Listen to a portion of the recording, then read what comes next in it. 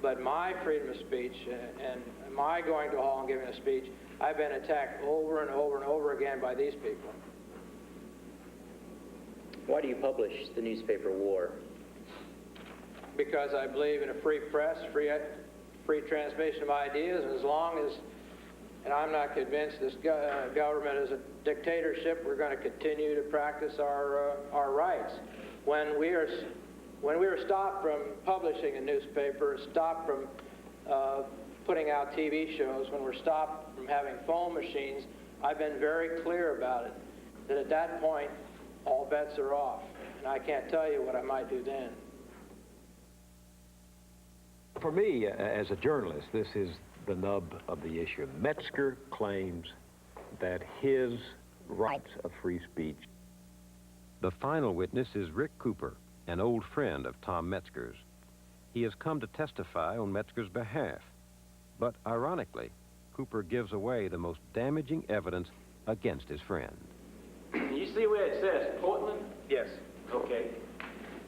Now,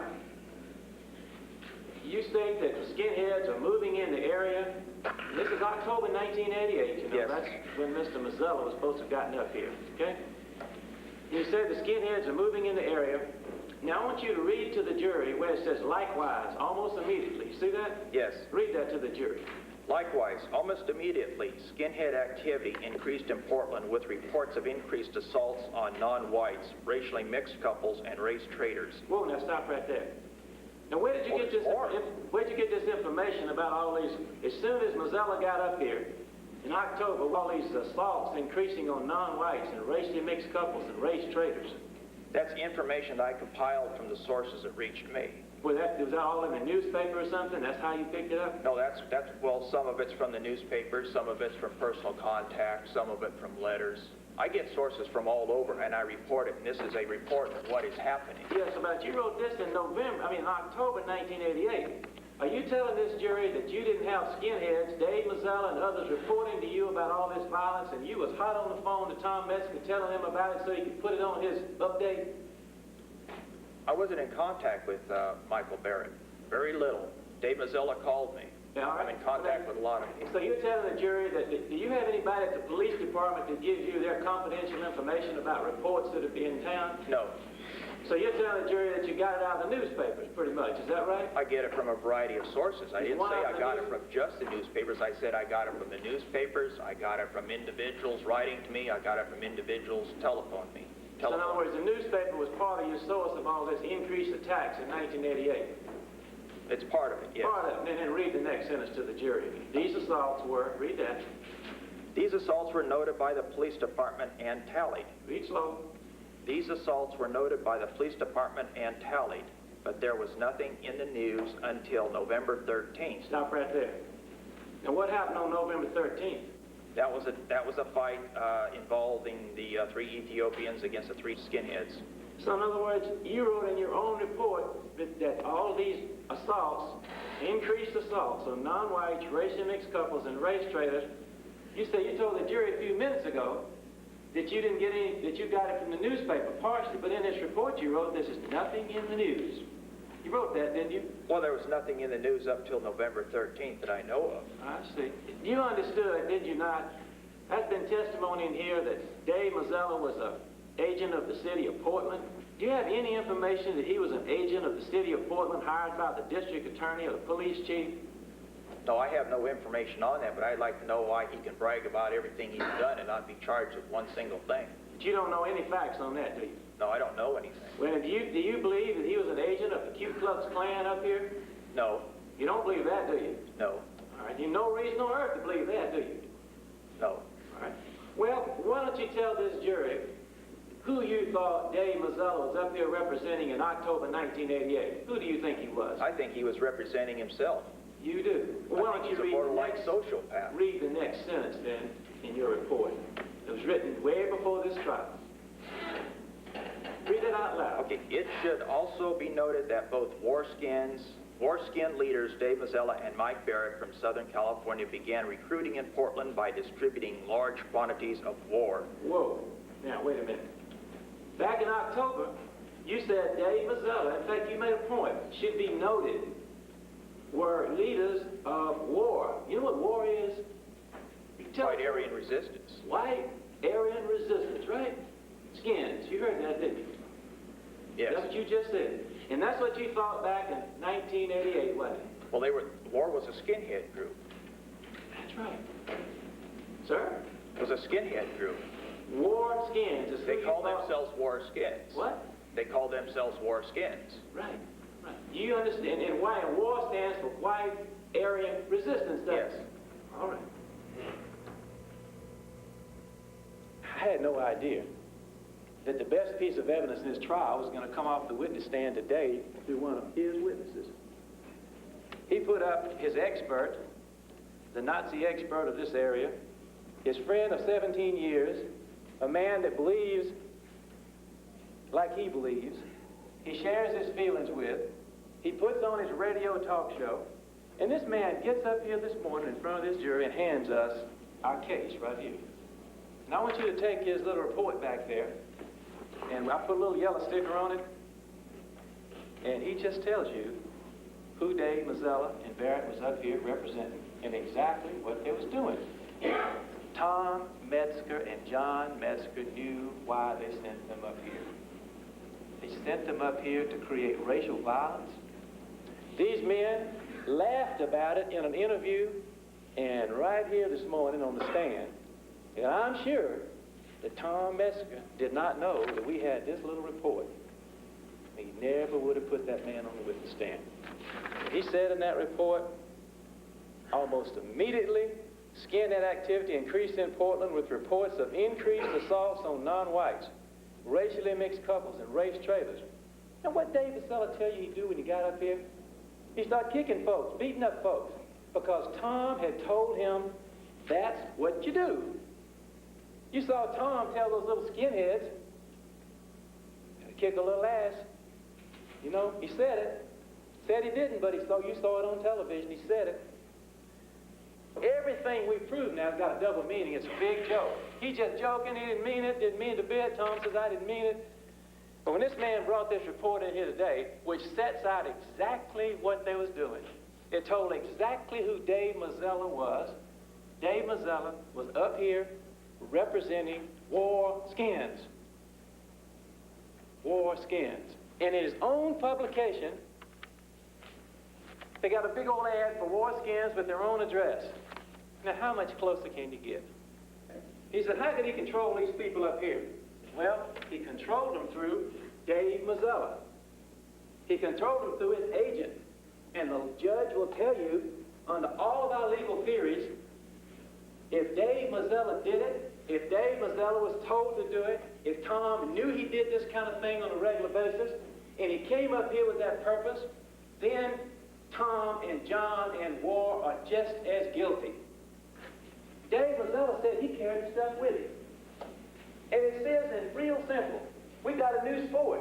It's where white youth seek out non-white individuals and break their bones. How much more direct do you need? Well, this is the kind of stuff. John says, John says, I didn't write that thing. Tom says, I didn't write that editorial. Well, Tom wrote it about. They paid for printing, they distributed it, and they gave it to the young men that was out working for them. But in this, he talks about steel-toed boots was the favorite choice for inflicting pain against the ill-prepared sludge. My client's not sludge.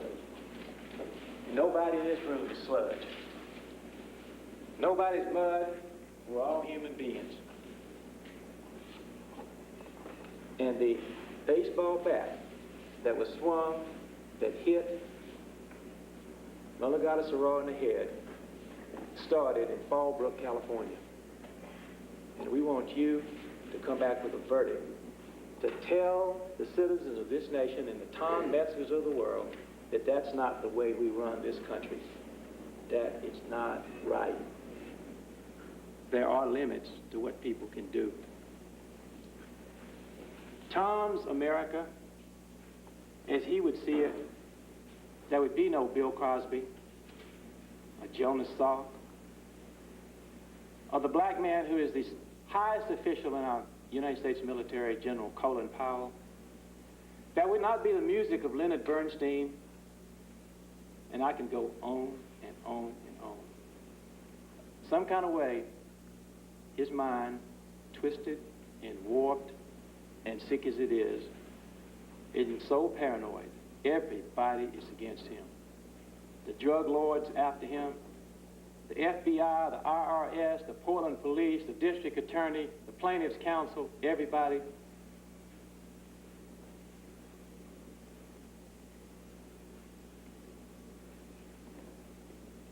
I don't really know how to sum this case up for you, other than say that the America that Tom Metzger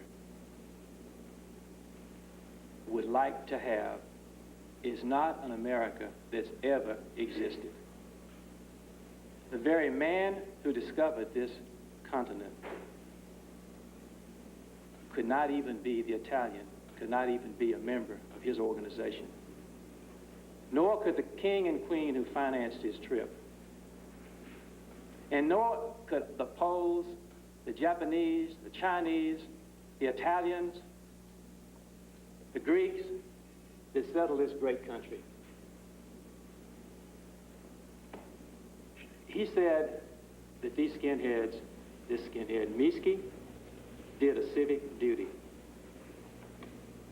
Well, you can do a civic duty when you return a verdict for the plaintiff. When I moved to Fallbrook, California, I thought just like a lot of people here, oh, it couldn't happen here. We had a nice little community, and boy, we'd be this way, and it'd always stay that way, and it was clean and nice, and schools were great, and they went over us like a steamroller destroying that little town. We're being invaded from Mexico and everywhere in the South. People all over my community that are upper class, sophisticated people that I do work for. Where are they going? Tom, this thing's going to hell and we're getting out now. And where are you going? We're going to Oregon, or we're going to Washington. Remember that statement. I'm glad I made the choice to come to Portland. Free will, not a robot. Dave Mazzella, I'm glad I made the choice to come to Portland. And the other statement, Tom and John Metzger did not teach me in the ways of skinheads. I think those two statements are the most important statements that can be attributed to Mr. Mazzella. Most of the rest was half-truth and out-and-out lies.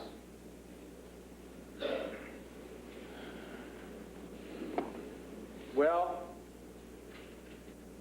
if there were poor people on this jury that could see through Dave Mazzella, then there wouldn't be a case. If there are poor people on this jury that can look at Tom and John Metzger and say, well, I hate everything they stand for. I don't want to ever be around people like that. But you are all the time. They just don't tell you a lot of time. You can go through all that and you can say, gee, this is my chance.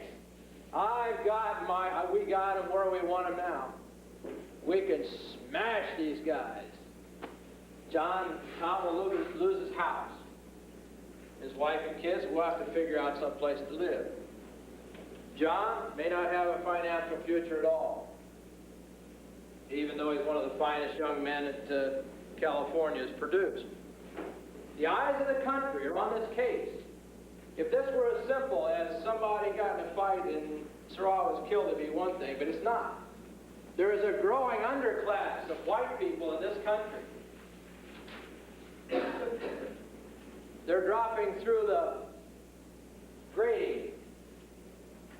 They're becoming poorer and poorer and poorer. And they don't like what's happening in this country, but they would hope that we still have the right to advocate, to form political parties. They would like for us to reassure them of that. 3 men are in prison for the best parts of their lives for this fight and this crime, this terrible tragedy.